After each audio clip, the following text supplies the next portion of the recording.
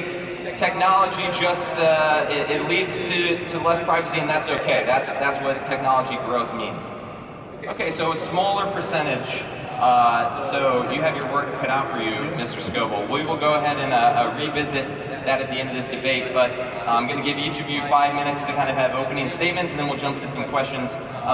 Robert, why don't you go ahead and Since I'm behind already. Since you're already losing, we'll let you do your 5 minutes first.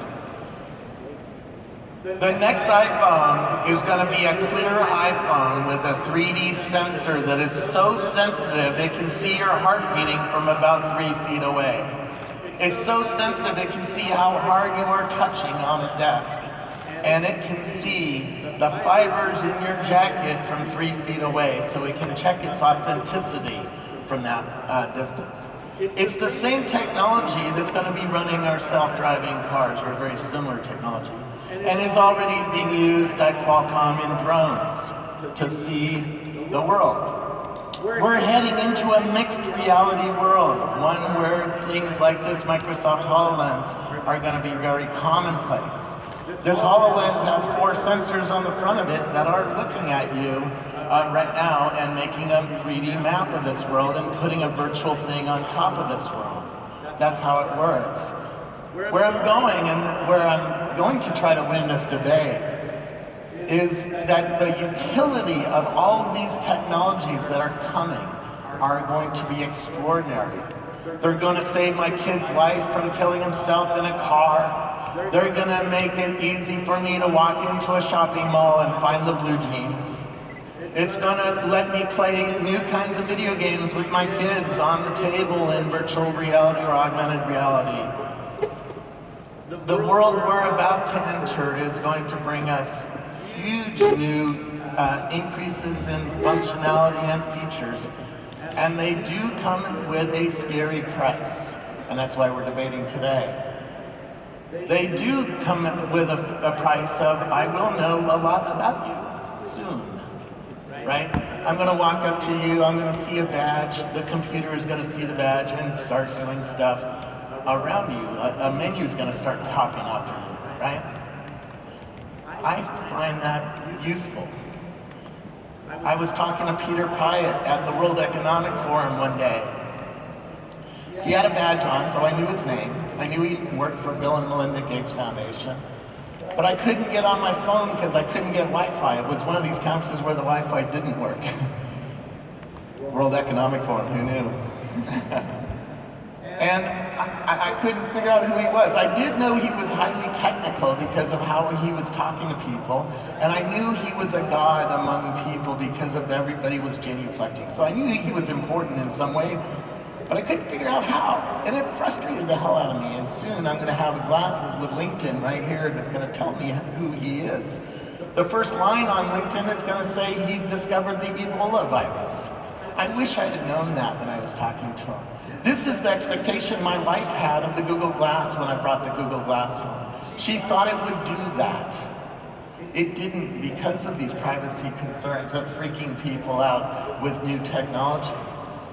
But it will in the future because we're going to figure out how to do it in a way that's appropriate in social settings. Maybe having a badge on is a good signal, or I want other people to know who I am at the conference, right? And so my glasses then can pull up all that information. We'll figure it out. But we're about to enter a new age that's going to bring us a lot of new technology. So that's my opening statement, and I think it's a fun age coming at us. I've played with a lot of the demos, like this HoloLens on my face. Thank you very much. Salil, opening statement from you. Thank you, Kurt. So, thank you all for joining us this afternoon. Thanks to the Web Summit for having Amnesty International here.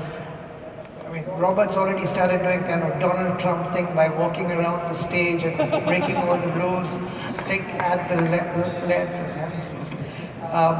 the lectern is meant to be your boundaries, Robert.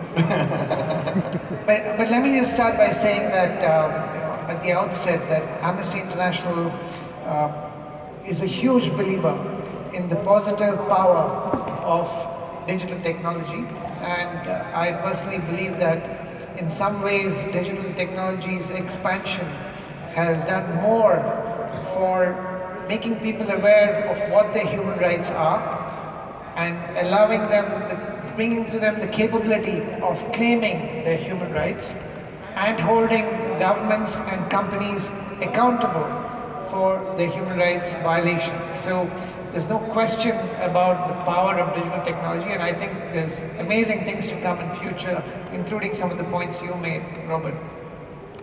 Also, the innovation and the creative energy that it's unleashed is like nothing else, and we're seeing it here at the Web Summit.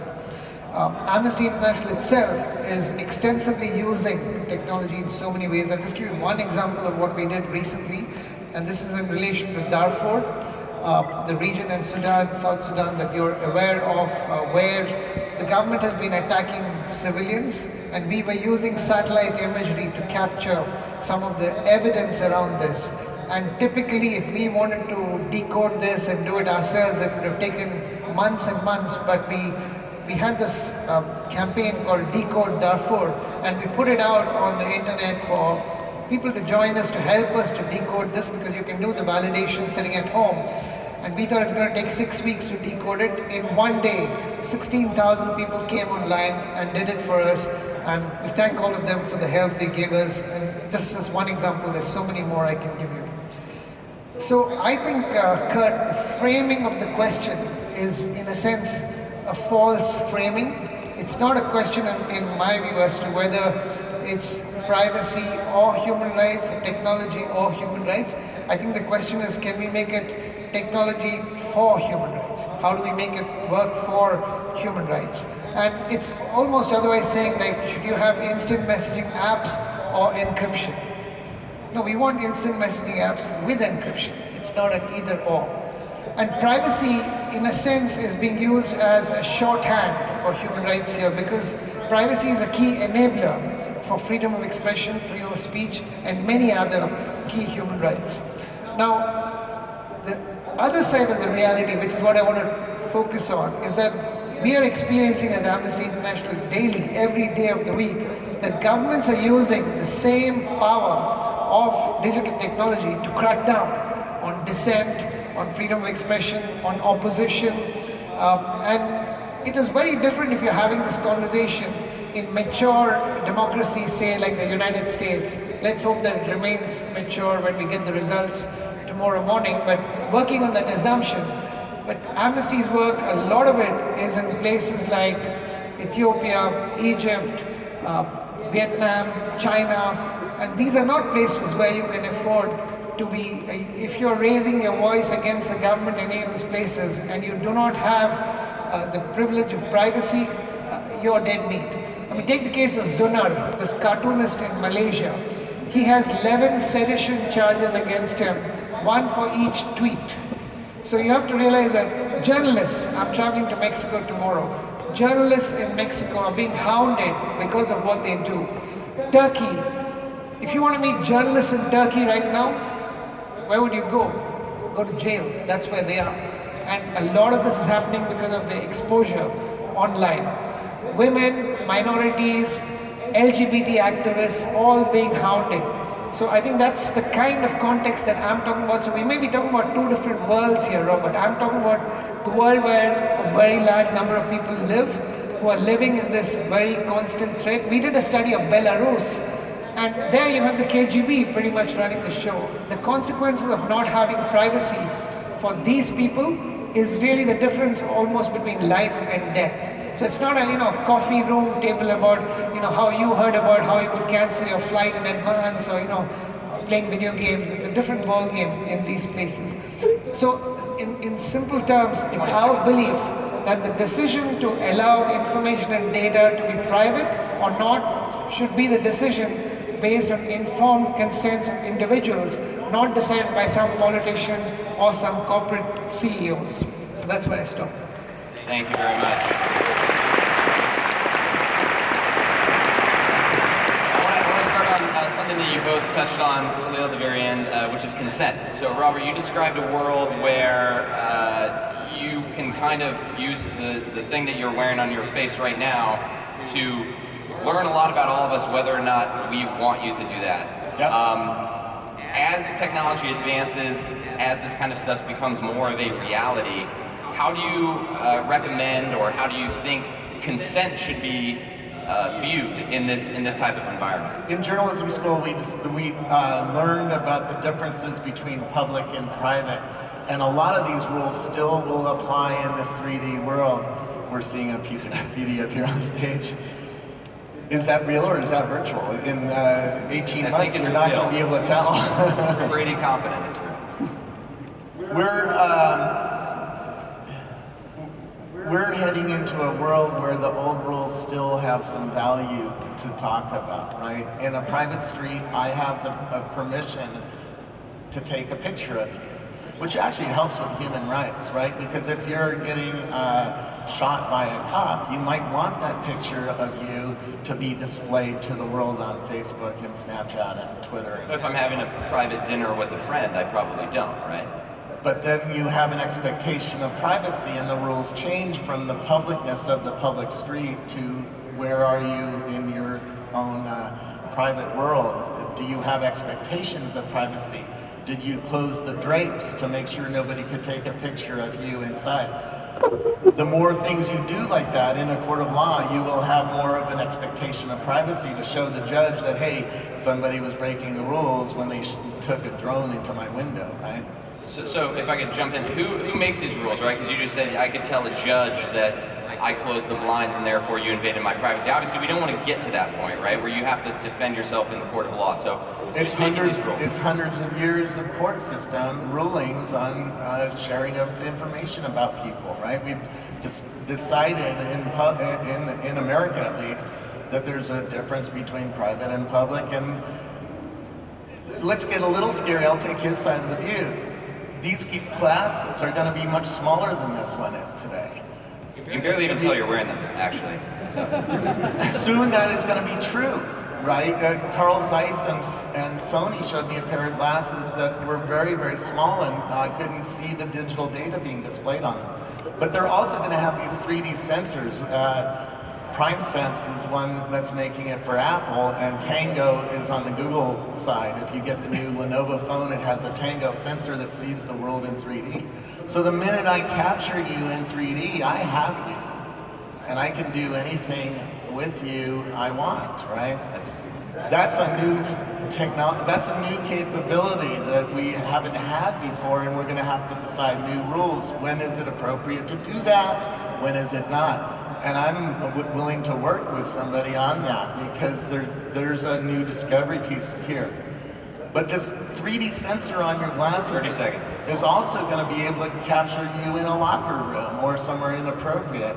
And we have to have technology that turns the glasses off, because a lot of us are going to forget we have them on. And particularly when we get to contact lenses in 10 or 15 years, we're going to forget that we have them on, and we're not going to take them off just to go into a restroom, right? But they're going to be capturing stuff about what's going on in those places. So we need new kinds of technology as well to block it, because I'm not going to be one of the guys who's going to say you have the right to capture something in a bathroom in 3D when you walk in.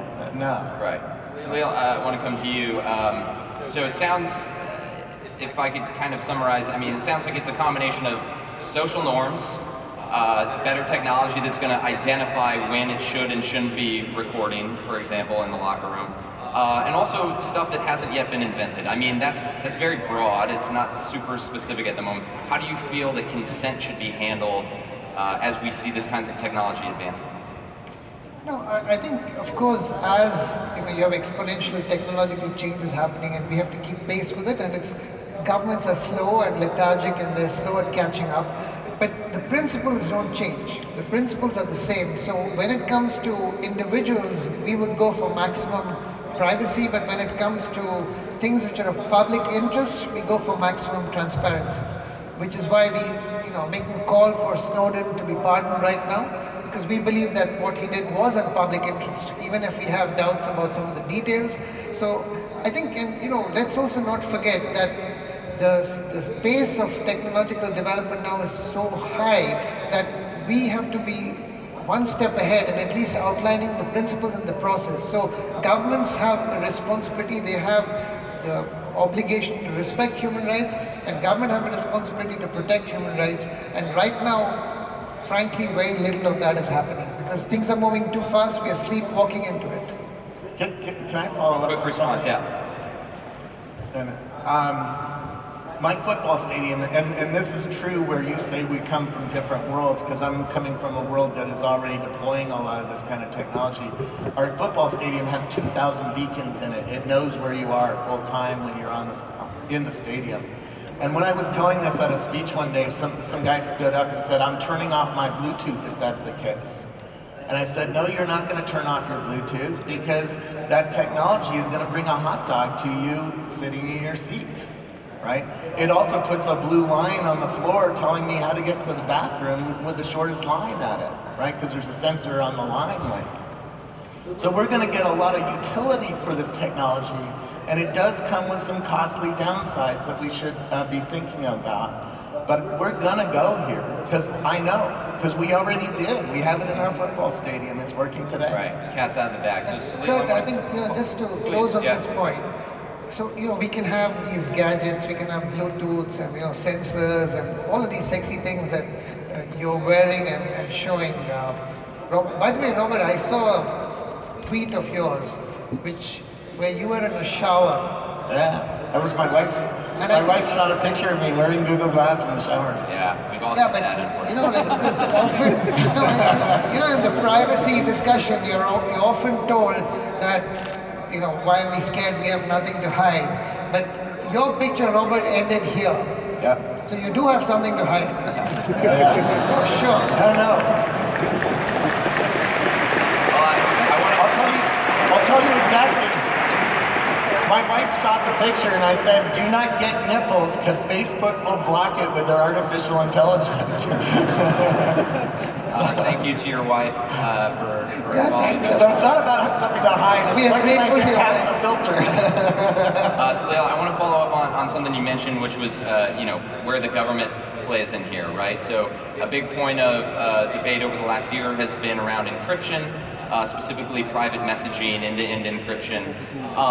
Do you believe that the tech companies, and we'll start with Facebook because they have a number of messaging apps that, including WhatsApp, that have been kind of the center of this here. Do you believe that tech companies need to provide some type of backdoor into user communication so that a government or security agency can, protect people in that way? I think, we've had many battles with Apple. We're having one right now about the potential use of child labor in the Democratic Republic of Congo in the production of lithium batteries, which are in every single device. But on this one, Tim Cook was right. There is no backdoor only for good guys. You have a backdoor, everybody's going to enter from there. And so, and on the FBI case, I think Apple absolutely took the right stand, and we were very much with them on this. But my point was, that you can have all these gadgets and the technology, but at the end, what are we lacking in the world today? We're lacking ethical leadership, we're lacking conscience. No gadget is going to provide you with a conscience and ethical judgment. That is left to human beings, and you have to rely on human judgment, hopefully good judgment. That's not true. If you get a DJI drone today, it won't let you fly next to an airport because it's been turned off. Ethics and rules can be put into software and forced to be complied with. When Mercedes gave me a ride in the first self-driving car that it made, it followed all the rules of the law to my frustration. I wanted to override it and go faster. It was a Mercedes after all, right? And it would let me, but when it's in self-driving mode, it follows the rules, and the drone follows the ethical rules that we set up as a society. Hey, you do not fly these things near planes. That's stupid, right? So I'm glad you brought up drones, because we've done a lot of work on the use of drones by the US government in Pakistan and Yemen.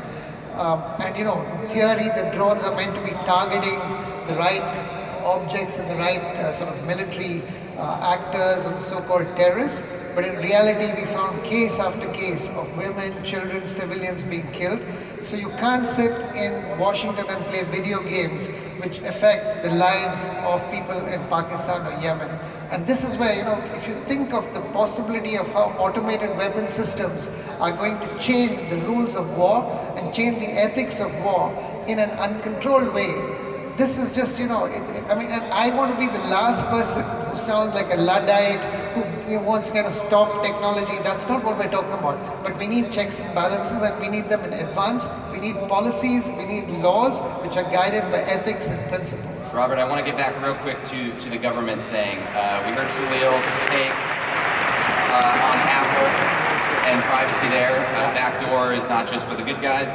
It's true. I love your take on that. I've been in that position arguing that case, and I did it with the Bush White House, and I went to the chief of security and said, why are you spying on us?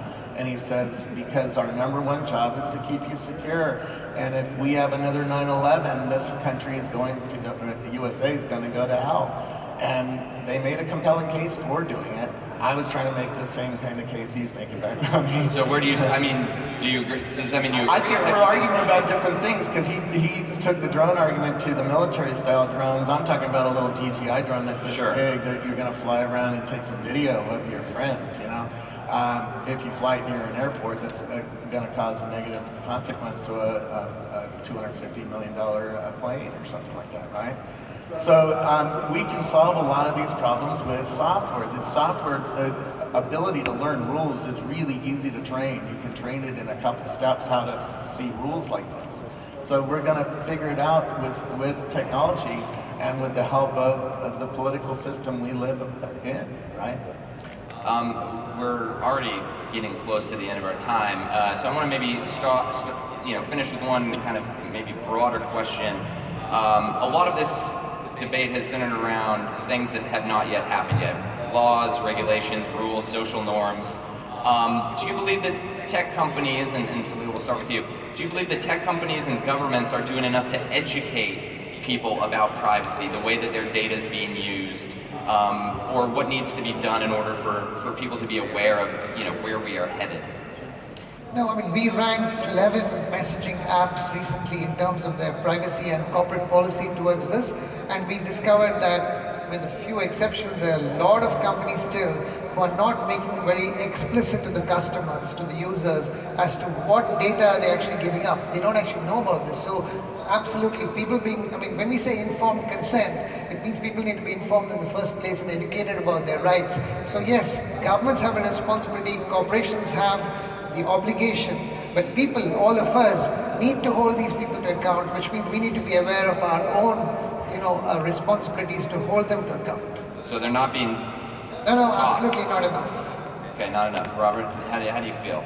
I think with these new technologies that are coming, it's going to be very apparent that they're studying your eyes, that they're studying your head motion, that they're studying the world you're in, because that's how it's going to do all the magical stuff that's coming, where it can put as many screens as you want in front of you and stuff like that. We're going to be very aware of how much privacy is being studied by these devices, and we're going to have long and endless debates like this one on Facebook and other places, right? So basically people are going to be able to determine it on their own, based on the... I don't think so. I think everybody's going to have to wear this within a few weeks of each other, because it's going to be so massively cool. And it's going to give me superpowers, is what my 7-year-old son told me, right? And that's after playing with it for an hour, he got that, right? So we're going to be wearing these devices and using them in our homes and on our factory floors and in our cars. And they're going to study everything on the road, everything, every pothole, every little rock is going to be in a new 3D map coming from Luminar Technologies, stealth company that's building this. And you're going to get a new brain in the car coming next year that's going to use that map to see new things. It's going to see everything on the street, including you standing there. That's what the Google car is doing right now. It's studying you when it drives by to figure out what your next action is about to be. And you can't turn that off in the public street, right? Because everybody's going to have to, or at least 40% of us are going to wear these glasses and have these kinds of cars and have these kinds of robots and drones flying over our heads, right? We have 2 minutes left. I want to give you each a chance to do a closing statement here. So I'm going to be a stickler on time. About 45 seconds. Salil, why don't you go first? Thank you. So first of all, I think we talked a lot about technology with human rights or for human rights. We should have also talked about technology with dignity, where women are not being harassed online. More than 50% women in Australia reported being harassed, rape threats, death threats for women. We need a technology with equity, which is not discriminating between countries and within countries. The reason we have this whole Trump and Brexit phenomenon is people are being excluded from all of this. So we need that. Jobs are going to go away in a big way. New ones might come, but we need public policy. So technology with dignity, technology with equity, technology with freedom, and technology with peace and justice. We don't want automated weapon systems that are going crazy. So this, my last point is an open invitation to all of you who are in the technology space. Amnesty, we're not technologists. We need any help that you guys can give us. Please just write to my Twitter handle, and welcome to join us in the movement. We have 7 million people standing behind Amnesty. Join us in the global fight for human rights. Thank you, Salil. Robert, bring us home. You have about a minute. I've been fortunate to be able to go around the world in the past few years, particularly this year, and meet a lot of new companies. And there's one in Illinois called Agrable. They grow virtual crops. They have 110 employees. And let me repeat that again. They grow virtual crops. That's their product. Now, they take the drone data off of a real farm and the satellite data and the Internet of Things data in the field, and they analyze that and grow the virtual crop based on the data, and then sell the data back to the farmer and tell the farmer how much fertilizer to put on plot A, B, or whatever. Where I'm going with this is there's tons of new jobs and tons of innovation yet to come due to these new technologies. And if you slow down these technologies, you're going to hurt your country's ability to compete in economic terms. The farmer today in the United States is more efficient because of this company, and this company is now building new things that couldn't have been done 4 years ago, the founder told me. So if you slow this process down, you're going to impede your economy. And I don't think that's the message Lisbon is sending to all of us. The billboard said we are turning on the new economy. We have broadband here that the world hasn't seen yet, and move here, right? That's the way you win business. That's the way you create jobs. That's the way you get innovation for customers and new things that help save lives and help change lives. If you slow that down, you're going to stop that process. There's an African proverb, Kurt, which is very important for Robert to remember. A very, very well thought through African proverb, which said that if you want to go fast, you walk alone. If you want to go far, you walk together. So let's take people together. Thank you both for being here. Before we let you go, we're going to ask the question one more time to our audience and see if we see a material difference. I missed count exactly last time, but we'll do our best to guess. So the question, are we sacrificing too much of our privacy in the name of technological advancement? For those of you who believe that that is true, we're sacrificing privacy for tech, please raise your hand. It looks pretty similar. And for those who disagree with that statement, how about this? Raise your hand if you changed your mind between the beginning of the debate and the end of the debate. A few. Well, one of you accomplished something. So congratulations. Thank you all for being here. We had a good time.